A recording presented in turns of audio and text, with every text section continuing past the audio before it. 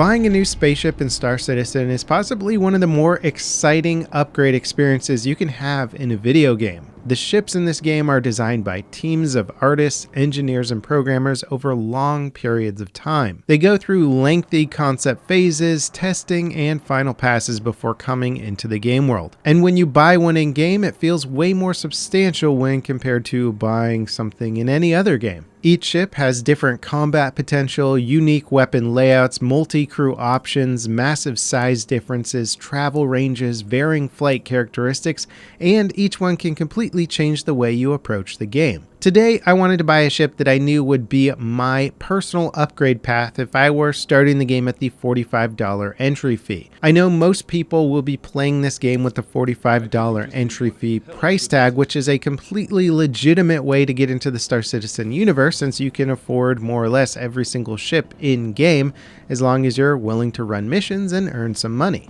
So I said to myself, if I bought a $45 game package and say got the Aurora, what would be the next ship that I would be saving up for? And a lot of people who upgrade from their basic starter ships will get the Aegis Avenger, a ship that has been in the game forever and is a very safe and solid pick. It's the Toyota Camry of Star Citizen. But I'm the kind of buyer that can get easily swayed by style points and unique features, which is why I chose to make my first upgrade ship the MISC Reliant. I always enjoyed the curvy aesthetics and shiny metal look of MISC ships, and the Reliant does not disappoint on the visual side. My main attraction to this ship is its double bubble cockpit. You and a friend can get total visibility while flying through the verse, and with Star Citizen being so beautiful, I wanted a ship that would let me take in all the scenery while in the pilot's seat. The extra visibility is fantastic for low flying over planets, and it even makes landing a cinch as you can just look straight down when you're bringing her in on some rough terrain. The other cool, although somewhat gimmicky feature of the ship is its vertical transformation. When landing or cruising around in VTOL mode, the Reliant's wings flip horizontal, giving it sort of a flying wing appearance. But when in normal flight mode, the Reliant will flip vertically, which also flips the cockpit 90 degrees. It's a really cool effect where you and your co-pilot can go from sitting next to each other to sitting above and below each other. Again, it's a little bit gimmicky, but who doesn't like transforming spaceships? I want more ships to do cool stuff like this. Now, the Reliant series definitely falls into the it can do a bit of everything class of starter ship, but this one has a truly unique design that sets it apart, and it comes with some perks that absolutely make it more inviting for a new player.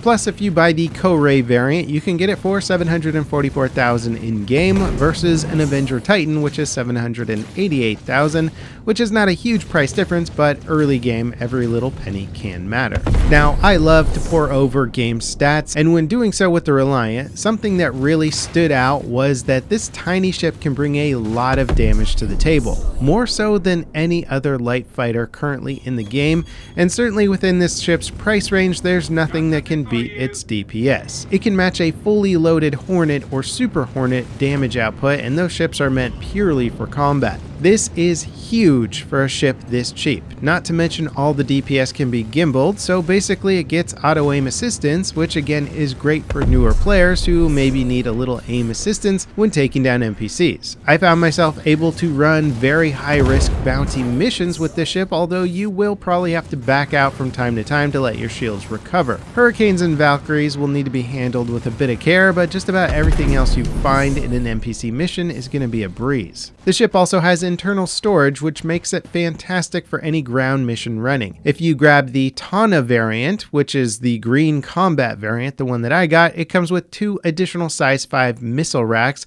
giving you tons of missiles, perfect for taking out a Hurricane without having to get into its weapon range.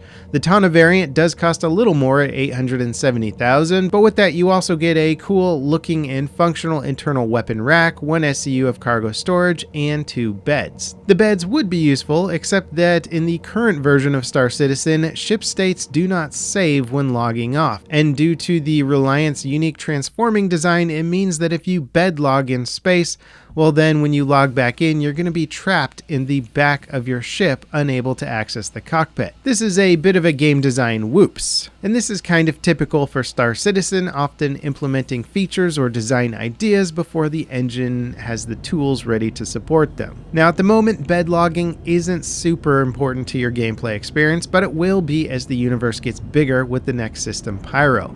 Hopefully by then, ship states will be saving properly and the full potential of the Tana can be realized. In the meantime, if the extra missiles and weapon rack aren't important, then the Ko-Ray is a cheaper option with some extra cargo instead of beds. Now, as for upgrading this ship, I like to have it equipped with the Toshima turrets. These come standard on the Ko-Ray, but the Tana has Gilroy turrets by default, but you can buy 2 Toshima turrets for 7,000 each at Area 18 or Orison, so it's a cheap upgrade. Those will allow you to have 2 size 2 guns on each wingtip instead of 1 size 3. Then I'll slap some laser repeaters into each weapon slot and keep the size 2 Varipuck so I can keep every gun gimbaled. You gain almost no DPS advantage swapping out the size 1 gimbaled repeaters to size 2 repeater, so you may as well go full gimbal. And if you want to practice non-gimbaled combat in preparation for, say, upgrading to a non-gimbaled ship, it's pretty easy to fly with just gimbals turned off. You're welcome to upgrade the shields on this ship for a little bit extra health, and I personally like to put an Atlas drive in the Quantum Drive bay so that I can jump anywhere in the Stanton system without having to refuel along the way. Now, when hunting bigger targets, you may want to upgrade to laser cannons for the extra DPS. Just be aware that you usually need to get closer to make cannons effective, so keep your eyes on your shields as you will be taking more incoming damage at that range. Now, the Reliant does have a much bigger profile versus something like, say, the Anvil Hornet, and it also has less hull HP, so it can't compete with ships that are exclusively meant for combat. But again, in this price range and versatility factor, it's an incredible ship. I can run a combat bounty mission in space, switch to a ground mission, and even bring a friend into a bunker. It's got that nice cargo ramp and space to store boxes inside, so you can take armor back with you from killed NPCs if you like, and naturally it can also run box missions. It's a ship that can take you handily through a massive portion of the content that's currently available in the game, and it'll do it in style. The Ko-Ray variant can also carry a small vehicle in the back if that's your jam. Overall, I am very happy with my Reliant purchase. It's a fun ship, it looks cool, it flies well, it's great for bringing along a friend, and they can even link into the wing turrets and take control if you want to give them something to do in space combat. The major downsides to this ship are its large profile, making it an easier target to take out compared to smaller ships that have similar shields and HP. And of course, the fact that its beds are basically useless until ship states get saved is a bit disappointing, but hopefully not for much longer. The bigger target profile of this ship is not that big of an issue when fighting NPCs, but as you start to push into higher level missions, you might want something a bit more tanky. Then again, once you get that far, you'll likely have saved enough to buy something that is, well, more tanky. As for PvP, you're welcome to try it out in a Reliant, but again, due to its size, you're probably going to run into issues of just taking too many shots due to your size, even though you will have very good DPS potential. Anyway, if you're looking for a solid ship to upgrade to from an Aurora, Mustang 100i, I highly recommend the Reliant Ko-Ray or Tana. It's a fun alternative to the industry standard Avenger, especially if you want something that looks a bit more sci-fi and offers a little more in terms of multi-crew options and flight visibility. Heck, I'm enjoying flying the Tana around a lot even though I've got plenty of bigger and more powerful ships. It's just a fun little ship to pop up and run some missions with. It's fantastic for bunker missions, it's quick, it's easy to land, and it can store whatever I find in a bunker just fine.